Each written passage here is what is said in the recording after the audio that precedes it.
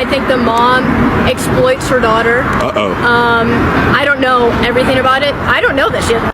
All I know is that she has something similar to that. That's what I heard. I don't know for sure. I don't know that. I think that's what someone told me. I don't know. All I know is that I think it's bad the Bop House is feeding into it for their own beneficial gain. It's gross. Wow. Okay. Beef with the Bop House. Yeah. All right. Aisha told Piper that I think the quote was that she could do better things when she turned 18. She's just trying to make herself look innocent.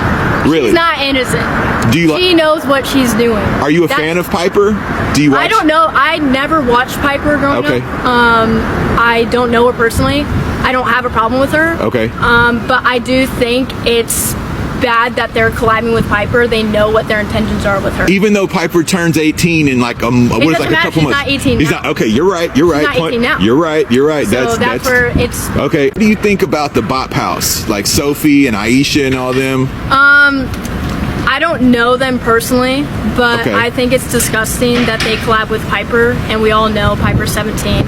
And I think it's gross that girls that do collab with underage girls. Wow. And on top of it, Aisha hung out with Piper a second time after the Netflix documentary came out, which is disgusting. Okay. Doesn't make any sense.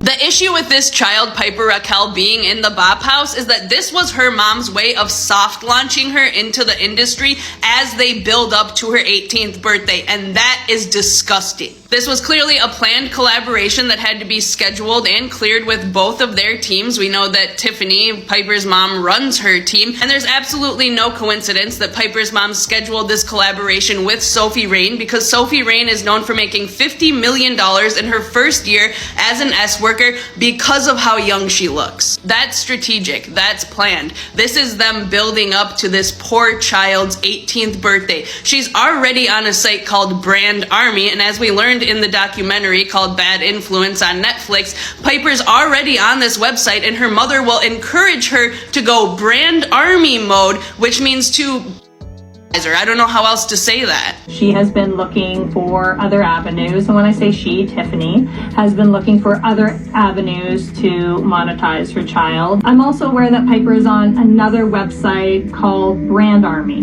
and Brand Army is often compared to OnlyFans. On Brand Army, you can be as young as 13 to actually create content on there, but in order for people to subscribe to that content, they have to be at least 18. Meaning, Brand Army is a website that is allowing adults to subscribe to exclusive content of minors. I don't know how a website justifies this. I don't know how it is legal. This is a girl who has been trapped in this her whole entire life. She does not know any different. She does not know how wrong this is. I know a lot of the times they would be doing like a regular photo shoot, and then they would have a specific outfit from a brand they need to do for their Brand Army page. And one time she told her, "Come on, Piper, you need to get Brand Army mode on." And then Piper kind of like bent over and put her butt out and like started touching her body in a very like disturbing way.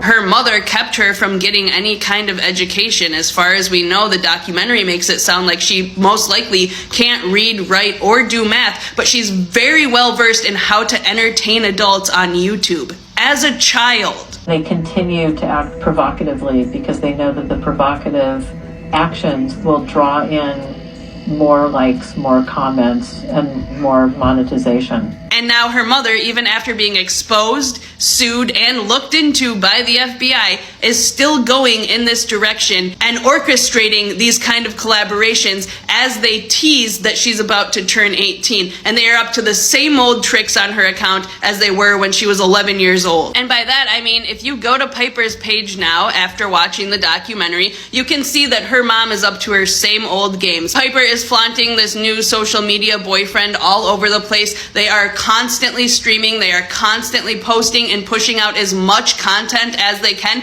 because they are trying to flood the algorithm with this content instead of people talking about this documentary. So when people are putting their headline or in their captions, Piper Rockelle, when they're hashtagging it, they are trying to beat that out by flaunting this relationship that we can assume from what we've seen in the past was probably an audition. He probably won the audition, and then they planned out this content to post to try to flood the algorithm so that it's less seen. Crush content is when you put a boy and a girl together. They either like each other or they pretend to like each other. And for some reason, it resonates so well. Tiffany saw that these little kids can draw views and money.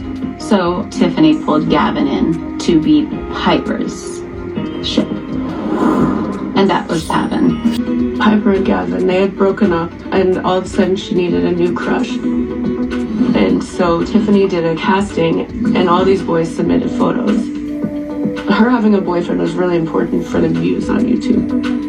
And you kind of see it too, like if somebody leaves the squad, they just hire the next person who somewhat looks like them and can play that part. That is how sick this woman is. She doesn't think she's doing anything wrong. She doesn't want to change her ways. She doesn't want to make a statement. She just wants to push her daughter out more to cover up what she's doing so that she can continue, so that she can really bank off of her once she actually turns 18. It's deplorable. I think that if this was a man, he would already be in jail after everything that I heard in the documentary and have seen in that lawsuit. Some of the children that she affected were as young as 9 years old. And then she grabbed me and pulled me on her bed. And she was holding me down, and she started to take her hand and like move it on my face, my chest, like everywhere. She started to like move her hand around, and I took her arms off me and I broke free and I unlocked the door and I ran out of there, and I went to the RV. I just stayed there for the rest of the day until the next day. I didn't really go out the next day. And I guess that we can just hope that since the FBI has interviewed all these children and they have seen the video of her kissing a 17-year-old, that maybe they are keeping a close eye on her and waiting for that smoking gun, which may come after she turns 18. I'm sure they are very much looking into her behavior and what her next moves are, and all we can do is do the same, stay on top of it, stay vigilant, and continue to spread awareness about what is going on, because it's not just Piper that this is happening to.